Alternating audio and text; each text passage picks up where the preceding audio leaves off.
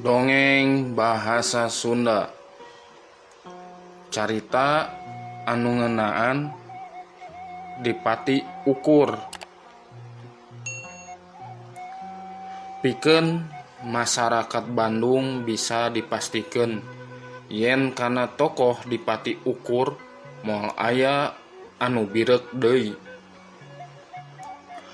Jenengan eta tokoh kiwari ti mimiti tahun 1848 geus dilanggengkeun ku ngaran jalan di kota Bandung. Nya diantarana kampus Universitas Pajajaran oge aya di jalan di Pati Ukur. Salian ti eta di luar kota Bandung oge kungsi aya sakola jeung bioskop anu make ngaran di Pati Ukur. Nyaeta SMP di Sindanglaya tahun 1858 jeung bioskop di Ujung Berung tahun 1868. Wewengkon Kabupaten Bandung. Nya kitu deui di sababaraha tempat di wewengkon Kabupaten Bandung. Cililin, Banjaran, Ciparai, Ujung Berung. Aya patilasan-patilasan anu diaku ku masyarakat didinya sebagai patilasanana di Pati Ukur. Eta patilasan-patilasan dianggap karamat. Organisasi-organisasi di Tatar Sunda aya oge anu nokohkeun di Pati Ukur sebagai tipe ideal pahlawana. Ku ayana eta pandangan yen di Pati Ukur teh pahlawan jadi sumebar kameh sakuliah Tatar Sunda atawa kameh sakumna urang Sunda.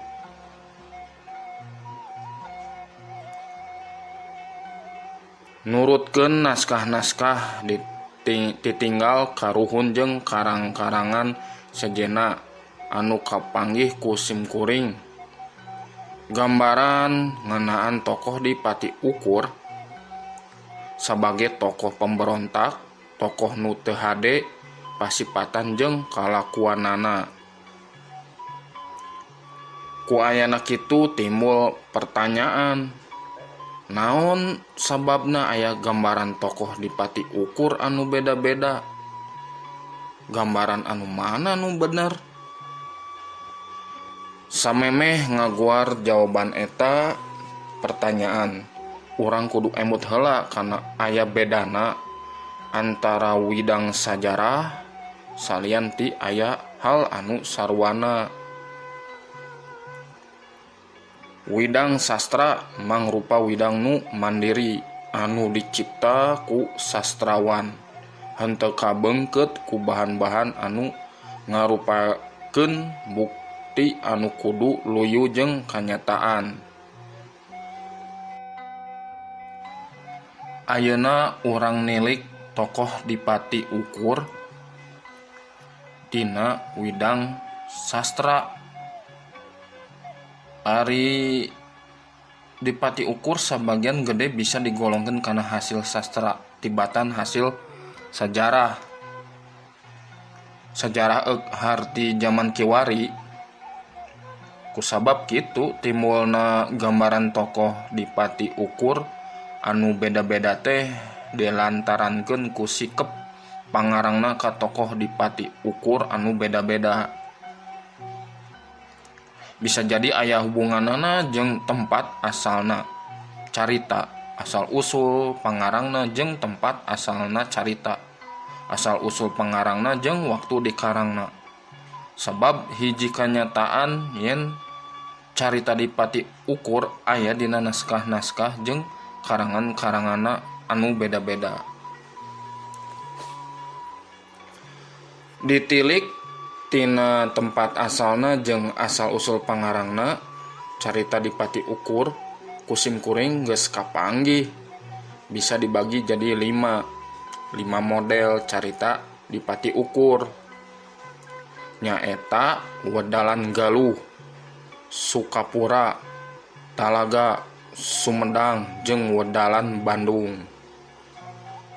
Pokona jeung galur Wedalan carita di Pati Ukur bisa disebutkeun sarua, tapi di jarona ngandung eusi jeung bagian carita nu beda.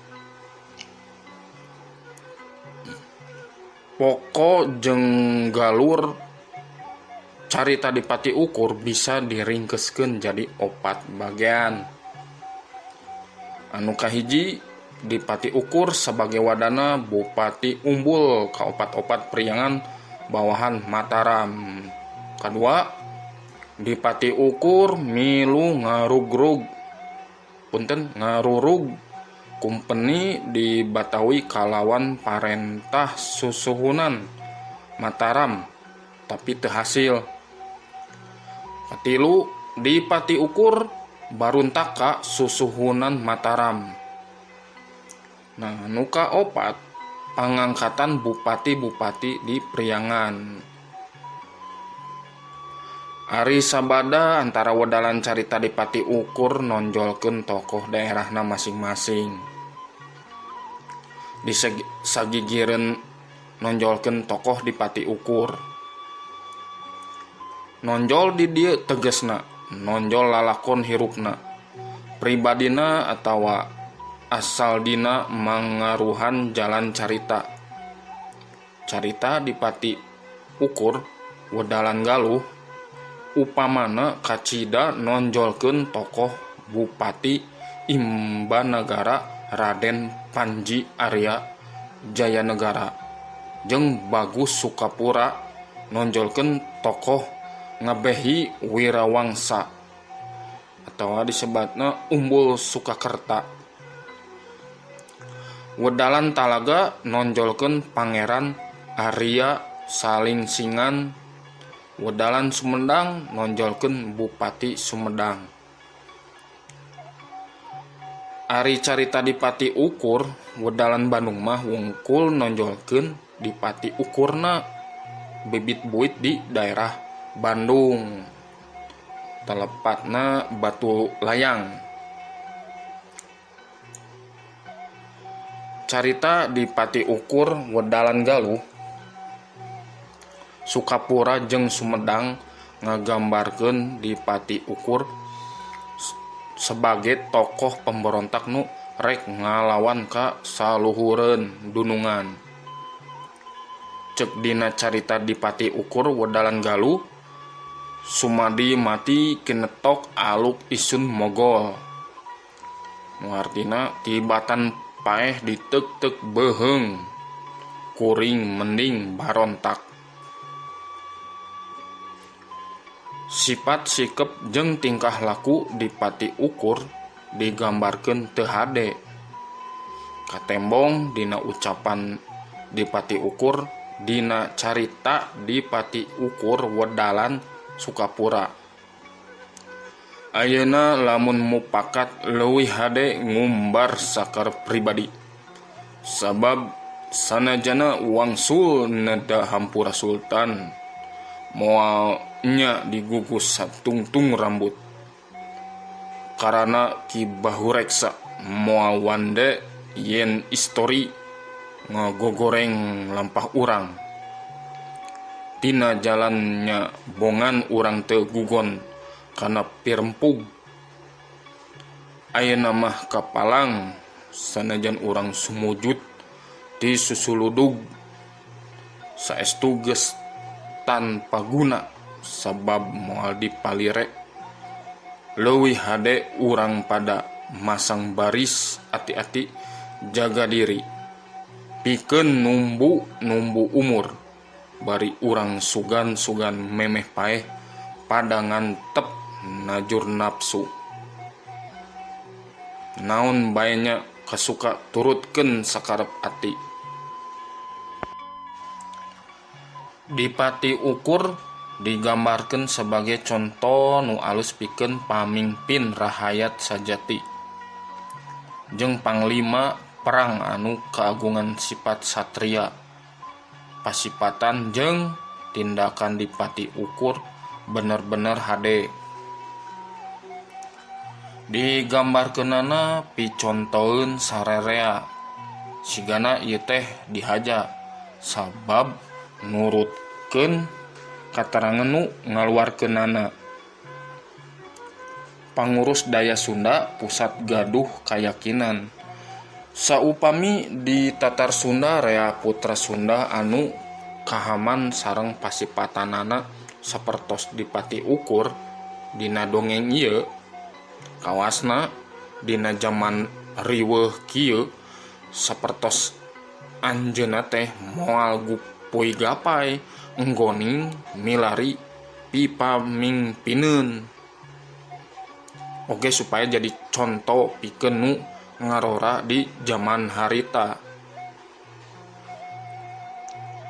Jadi tetela boh nu ngarang boh nu ngaluarkeun buku ngabogaan tujuan khusus di antarana pasipatan dipati ukur digambarkeun mungguhing ki ukur lain bae pinter calakan jeung rosa tanagana tapi estu lain jajaka samanea kuat lahir jeung batina ari adat tabeatna kanu leutik kanu gede hade tata hade basa someah jeung hade budi.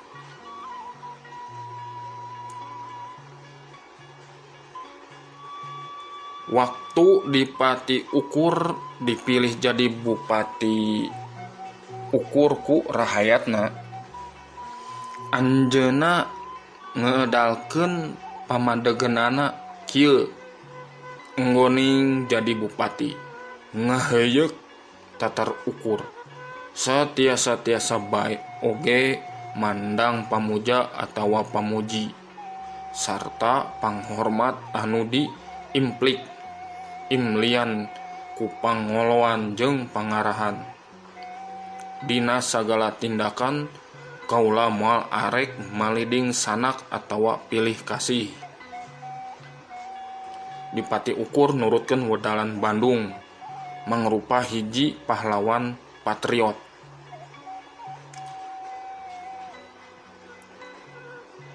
Lamun ditilik tina jihad waktu lahir carita sikep pangarang carita dipati ukur ka tokoh dipati ukur ngalaman robah boh dina wedal Galuh, Sukapura, Sumedang jeung wedalan Bandung.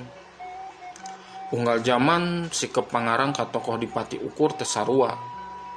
Dumasar kana bedana sikep pangarang ka tokoh dipati ukur. Carita dipati ukur bisa dibagi tilu zaman. Neta carita dipati ukur nu lahir dina abad ke-18 Masehi, abad ke-11 jeung carita dipati ukur abad ke-20 Masehi. Sanyana carita dipati ukur abad ke-20 masih keneh bisa dibagi dua tahap. Nyata carita dipati ukur awal abad ke-20 jeung pertengahan abad ke-20. Umumna pangarang carita dipati ukur anu kahir dina abad ke-18 cikepna henteu jelas dina ngagambarkeun tokoh dipati ukur. Pribadi pangarangna seperti henteu asup kana jero karanganana. Pangarang leuwih deukeut saperti nu nyusun sejarah pikeun nyaritakeun kejadian-kejadian ngeunaan di pati ukur dina mangsa katukang. Kejadian dicaritakeun sawajarna henteu dibungbuan ku hal-hal anu bisa ngahudangkeun batin nu maca. Jalan caritana henteu hirup ditilik tina ajen sastra Kiwari mah bisa jadi kurang pisan. Jalan caritana oge pondok. Beda deui jeung carita di Pati Ukur nu gelar dina abad ka-11. Pangarang carita di Pati Ukur dina zaman ieu mah kalawan tur nembrak nembongkeun sikepna ngeunaan tokoh di Pati Ukur. Ngan meh kabeh pangarang carita di Pati Ukur dina zaman ieu menten di Pati Ukur sebagai pemberontak seperti nu geus ditembrakeun di luhur dina Wedalan Galuh, Sukapura jeung Wedalan Sumedang. Malah Wedalan Galuh mah kalawan tandes nyebutkeun si Ukur gerak paehan. Ari dina Wedalan Talaga sanajan henteu nyebutkeun sebagai pahlawan, nu matak pangarang carita di Pati Ukur, Wedalan Talaga sikepna kitu, rupana disebutkeun yen Mataram kungsi ngarurug.